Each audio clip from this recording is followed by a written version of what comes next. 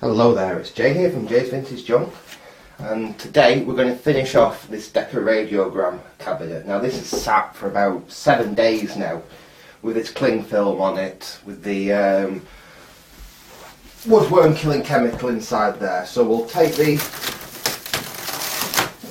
cling film off now and get rid of it.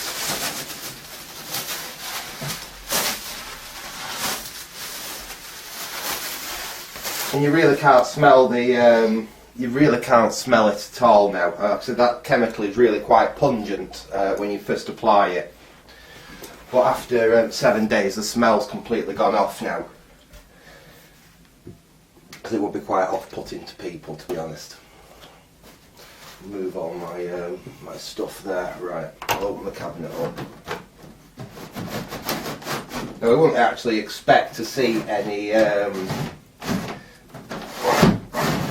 dead woodworm beetle, because quite frankly it's the wrong time of the year at the moment. The floor's a little bit stiff, I'll have to have a look at that. It's the wrong time of year for them to actually be appearing at the moment. Woodworm beetle generally, I think it's around May, May, June I think, that they actually try and emerge from the wood.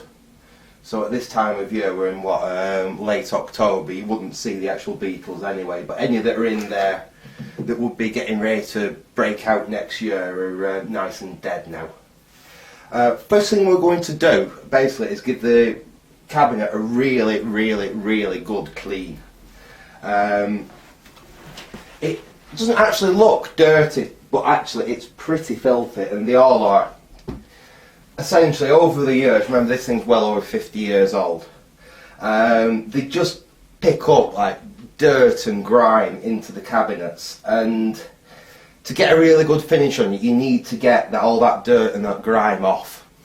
And what I tend to use is this stuff. This is actually an industrial kitchen cleaner and degreaser. It's an ammonia based one. It doesn't smell particularly nice, it's quite harsh, but it will get all the muck and the rubbish off a cabinet, so you can really have a go at refinishing it. So first thing I'm going to do is I'll shut the doors on it.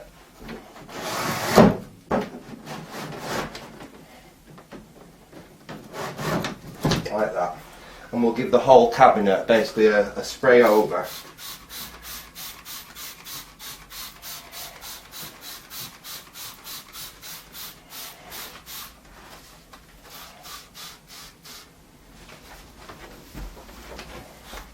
Even on the top. Do this side as well. Oops, and I think I just hit the cat with the spray then. Yeah, the cat didn't like that. We'll just take some, you see, just some white kitchen paper, and we'll just start really wiping the cabinet down.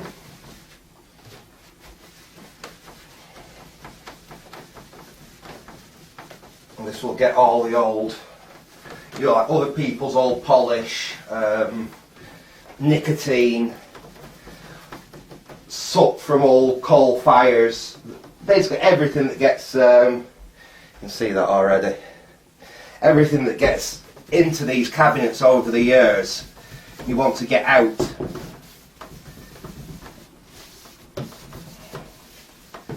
If you look at that now, that's just from one quick little wipe over. Anyway, I'm not going to bore you showing me doing the whole cabinet like this. I'm just going to pause the video and I'll go over the cabinet and I'll show you the results on the paper towels when I've finished.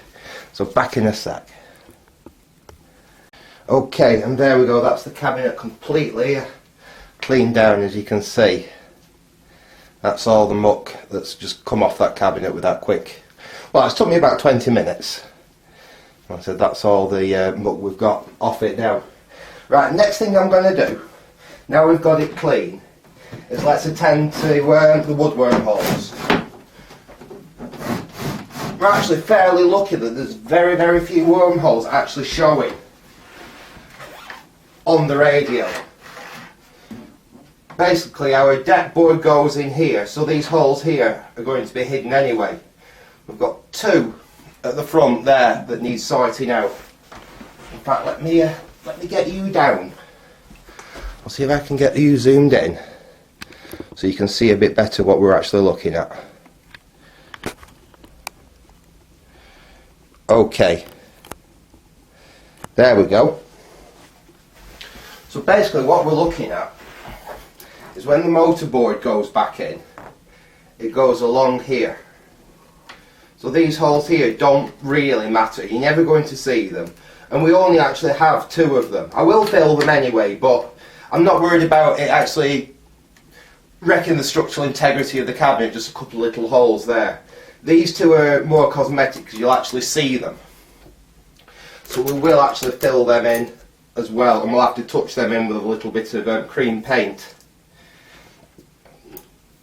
just so they're less visible. Let me get the filler open.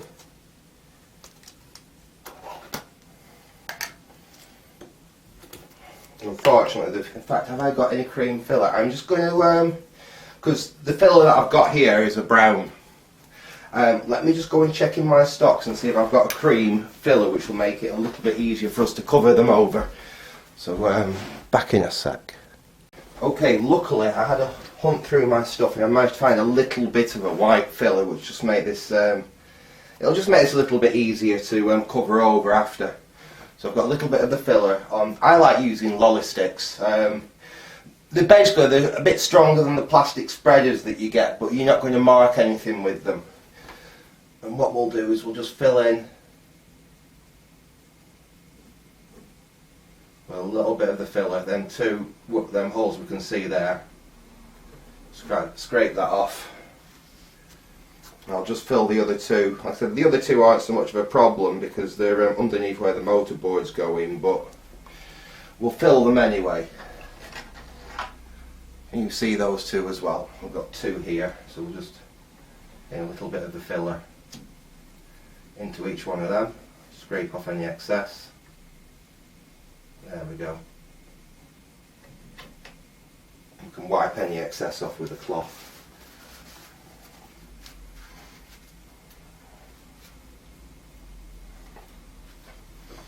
Just wipe off the excess like that.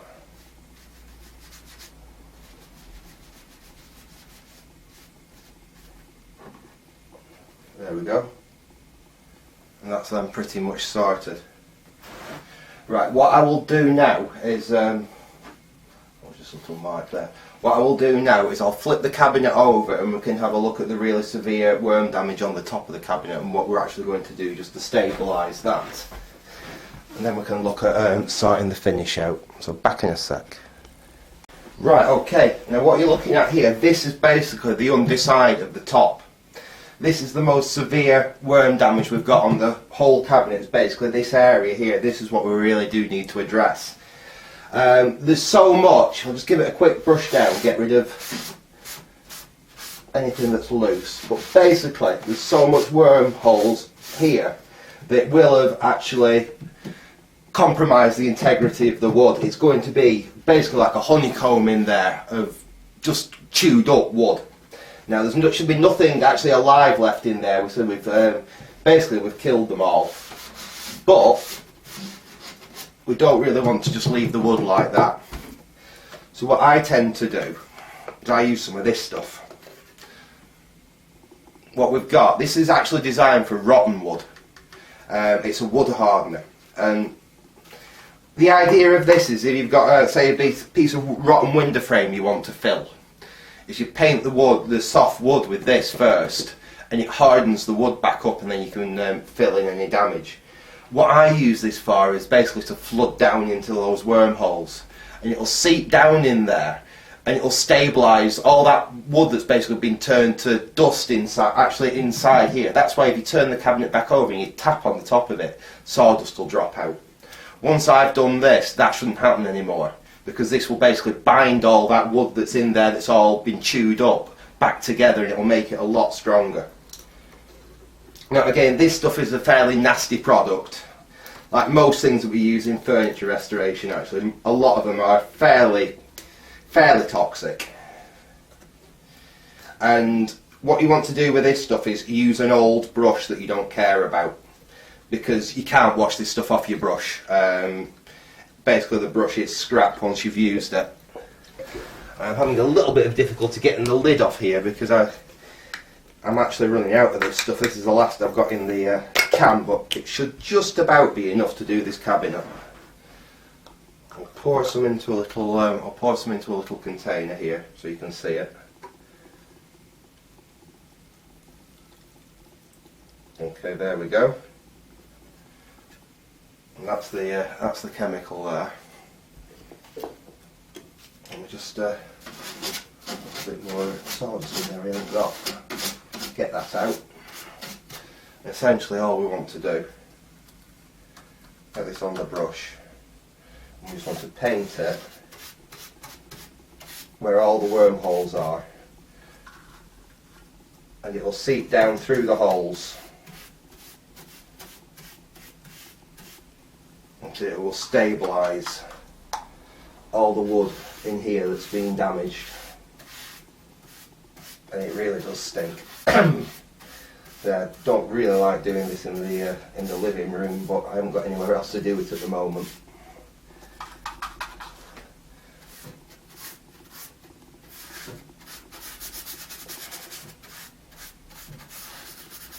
There we go. Now I need to leave that to dry for half an hour or so. It doesn't actually, in fact there's a little bit left in here. It doesn't take very long to dry.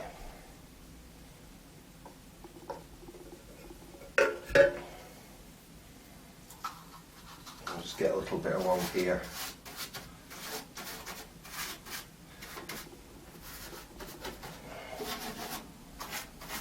Basically anywhere there's little clusters of holes, and this stuff will seep down there, like I said, and it will stabilise all that timber. Okay, so what I'll do is I'll pause the video and we'll come back in about half an hour or so when that's all dried off, and we can fill some of these holes in just to help stabilise it a bit more with some of the wood filler I've got here. And basically that's it for actually making the woodworm damage good, and then we can get on to sorting out some of the little blemishes on the cabinet. So the cabinet is far too good to completely strip the finish and redo it. It would be a shame, because to get a finish exactly like this original 1950s finish is very difficult.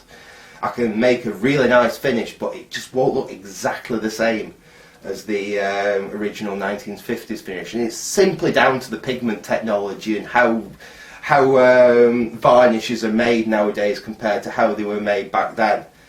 You're always trying to recreate something. You can't do it exactly as it was done back then, because like I said, the varnish technology has just changed completely over the years. Anyway, I'll pause the video now and we'll come back as soon as that has fully dried off and we can do a little bit of filling. Okay, it's about 40 minutes after now actually, and that has dried really nice, so that's fully dry now. So what we're going to do is we're just going to basically fill those holes. Again, this is really just to help the cosmetics of it more than anything. Like I said, we've already put something in there that's going to stabilise the wood. It's just to make it so you don't see quite as many wormholes as you can actually see at the moment, because there are a lot of them. So we've just got a simple brown wood filler here, and we're just going to run it over the top.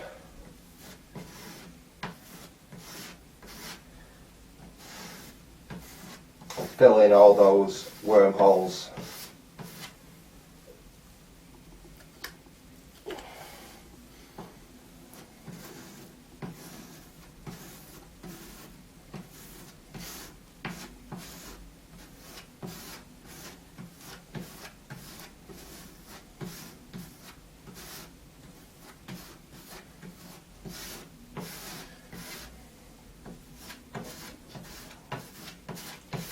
There we go. You don't have to be too neat, especially in a place like this. This is never going to be seen by anyone. Like I said, this is above the radio chassis when the radiogram is actually rebuilt, but even so, I don't like seeing a load of old wormholes when you don't need to. And it will still put put a little bit more rigidity back into the wood. Because basically what we're doing when we're doing this, we're pushing the wood filler down into them little holes. So you don't have to be concerned about the wood filler you can actually see on the top there. We can actually wipe that off in a minute. What we're attempting to do is push it down into all those wormholes. So the more of the actual filler we get pushed down there, the better, because it's actually taking up some of the void in the wood that has actually been left by the little woodworm.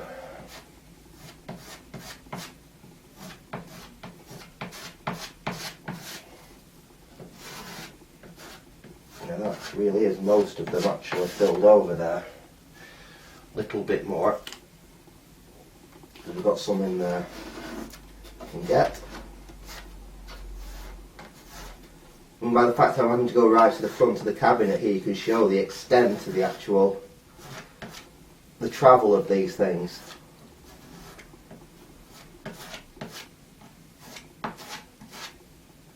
And there's one. That's pretty much all of them.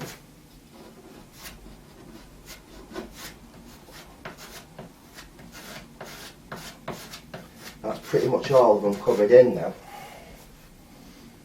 So what we can do, get a damp cloth, and we can basically just wipe the excess of the filler off.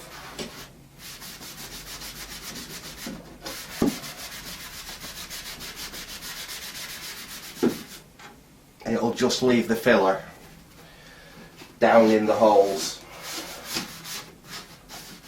There we go. So that's basically the finished result there.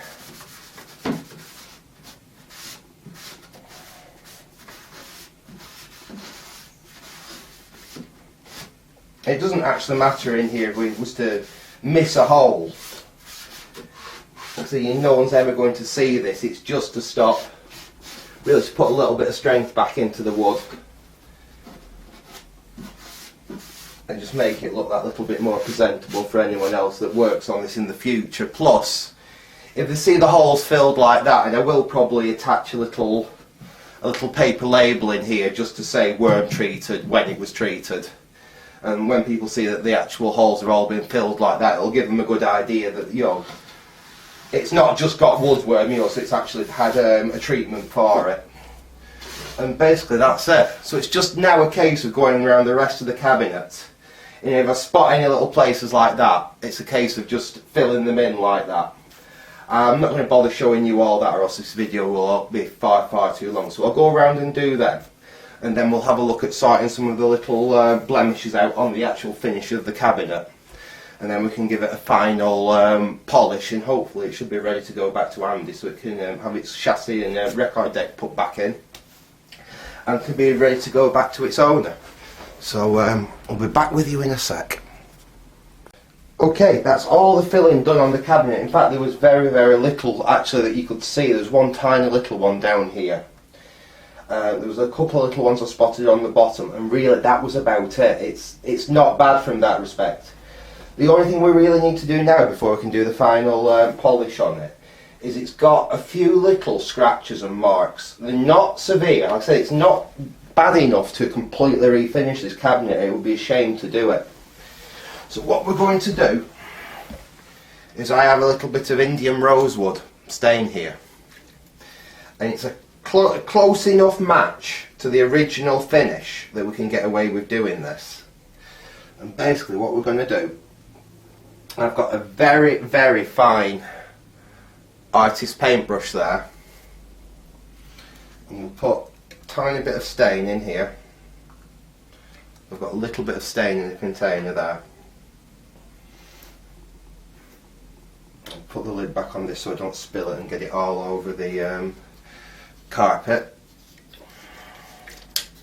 Put the lid on my filler as well so that doesn't go off. There we go, that's the filler. That is the filler done. I've got my little artist brush here. And what I've also got is my hairdryer. And before anyone says, yes, this is the hairdryer that I used to dry my hair with. It's this is actually a 1950s model, but the actual design of this goes back to the 1930s. And it is brilliant. It's probably the best hairdryer I have ever used.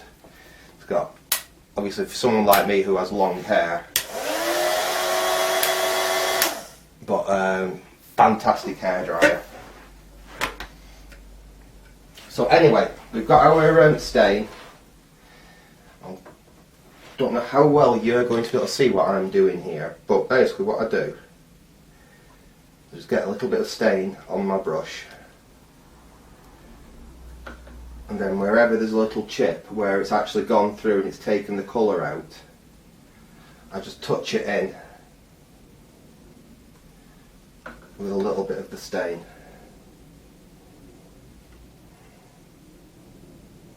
You do need quite a steady hand for doing this.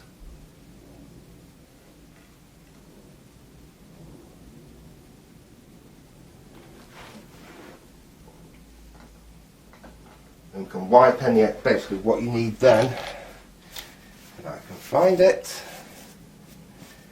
is a clean cloth, and you just basically take off any excess stain with the clean cloth. You then take one hairdryer, warm setting, you don't want it mad hot, and we just use that to dry off the stain.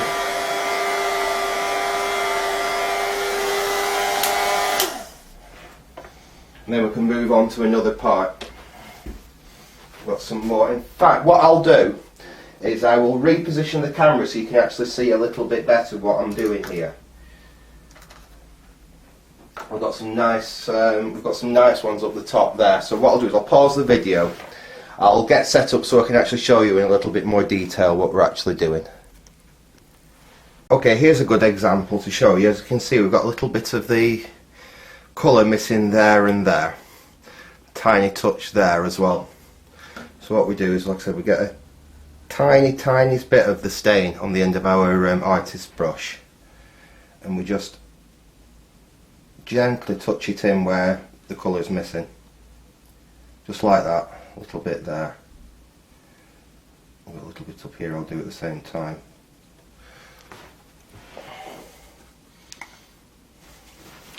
And take a clean cloth and literally just re-rub that stain back off. You don't want it staying on the surface, you just want to use it just to take that little bit of colour out, and then we can hit it with the hairdryer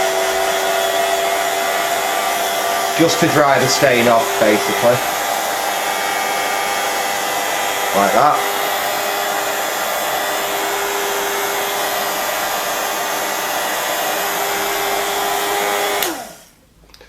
As you can see, that's virtually invisible now, and when we put the finishing polish on it, that will really blend in very nicely. Got another little scratch on the side here, which I can't really show you that one because of the shape of the cabinet, but let me see if I can find another one I can just quickly show you on camera. So I'll be back in a sec. Okay, this is a nice corner to show. As you can see, we've got a scratch there, we've got a little scratch there, and we've got a couple of little scratches down the side there. So again, we get the stain, we get our little artist brush, and we just touch in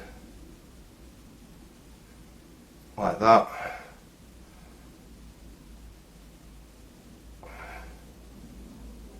Touching that corner there. Get this little bit there while I'm doing it. There, a little bit there, a little bit there. There's a piece there. So we take them out with the artist brush. Take our clean, and you have to make sure it is a clean one, and we're just very, very gently, and we don't press on, we'll literally just skim over the surface to basically soak any excess stain up. We don't want to leave any excess stain on there. All we want to do is colour in them bits though where it was damaged, like that, and then we can just dry it slightly. There we go.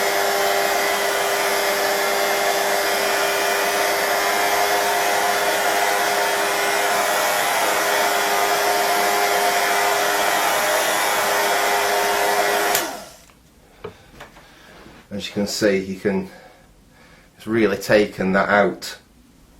So what I'll do is I will go all over the cabinet, basically doing that, find any little imperfections I can find. I'll touch them in, and then we'll come back when it's time to actually put some polish on this cabinet. So back in a sec. Okay, and we're back. Unfortunately, the sun isn't being our friend at the moment. So I'm probably going to do this in the living room. My lighting is shocking. But basically, what we're going to do now is I've got this stuff. Now, this is, can you see it there? This is a very, very old formula, wax polish. It is what has been used since the Edwardian times for polishing wooden furniture.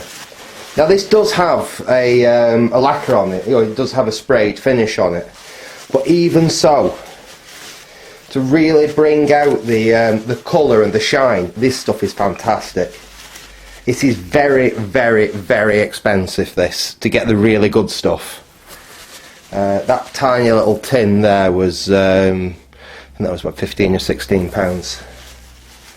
You can get cheaper wax polishers, but with wax polish, really, the more expensive ones really are the best, but you need you don't need very much.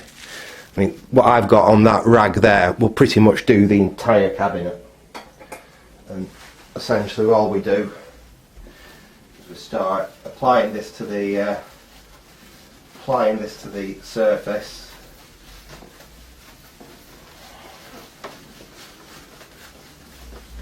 I'll just show you me doing a little bit, and then I'll actually do the rest of the cabinet and show you the finish at the end. But we apply a little bit on, and we polish it off like that.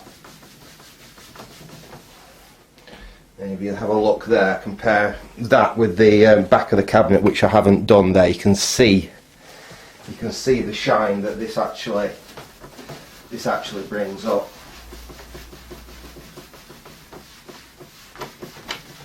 Really good stuff for getting the best out of your cabinet.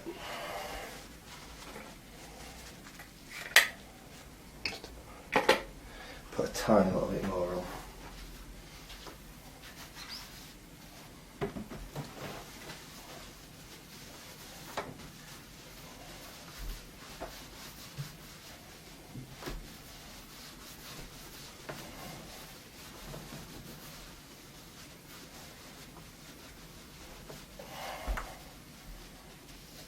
A little bit on these front doors as well.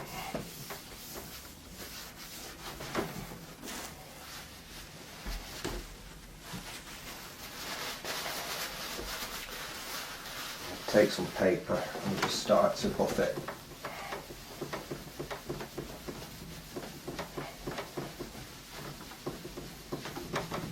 There we go, as you can see.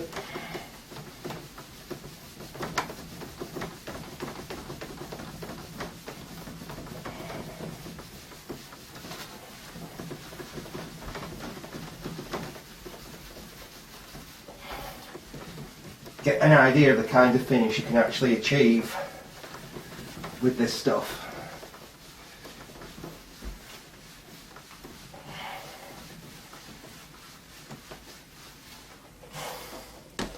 As you can see there, I can actually see my face in the I can actually see my face in it.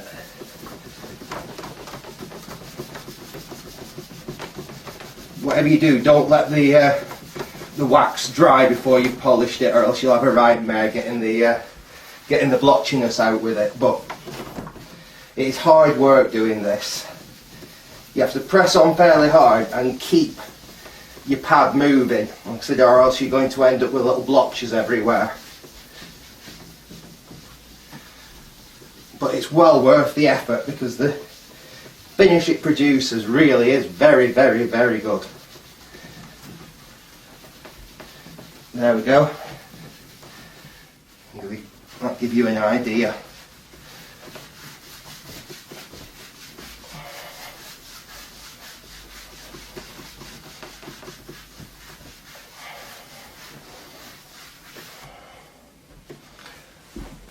Hopefully you can see that on the video. Let me see if I can get you a little bit closer.